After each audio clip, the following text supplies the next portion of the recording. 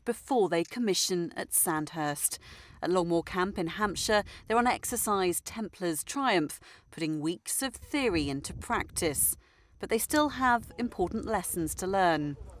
The International Committee of the Red Cross has been invited to take part in this exercise to show what they do, starting off by visiting a local village set up on the training area.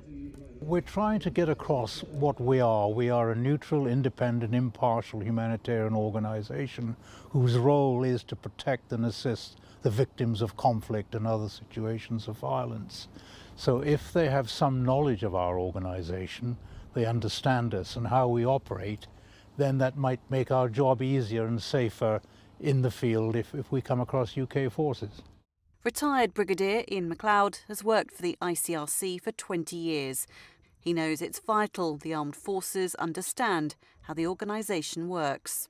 Sometime in the future, you may, on some disputed barricade or some scarred slope of battered hill, meet ICRC, and you'll say, well, we know roughly what these guys are up to.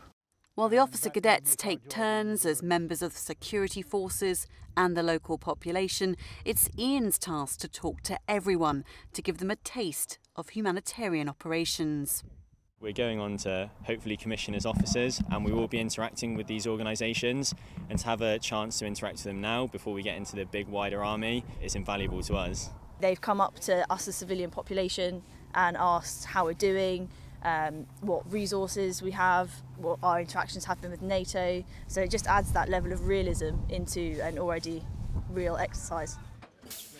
At another small village, much needed water supplies have just arrived, but locals are not happy, so Ian steps in to talk. Army were escorting water up and they got ambushed on the way, so the villagers are a little bit cross with them for being late. Neutrality is very important for us, so we have to be seen to be helping the victims, not siding with anybody.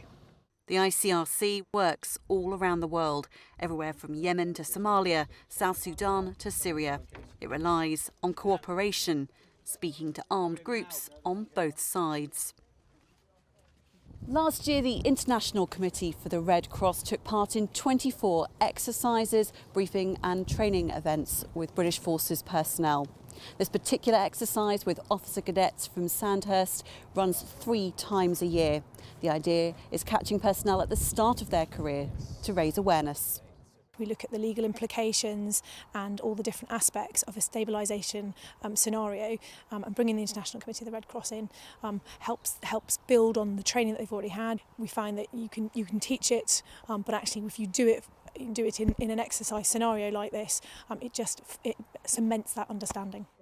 The ICRC operates unarmed. It moves around in unarmoured vehicles and relies on the Red Cross for protection, a symbol which, alongside the Red Crescent, has been associated with humanitarian relief for decades. Its ability to report on security issues, welfare and detainees depends on relationships and diplomacy. Starting to build that relationship early on is the first important step.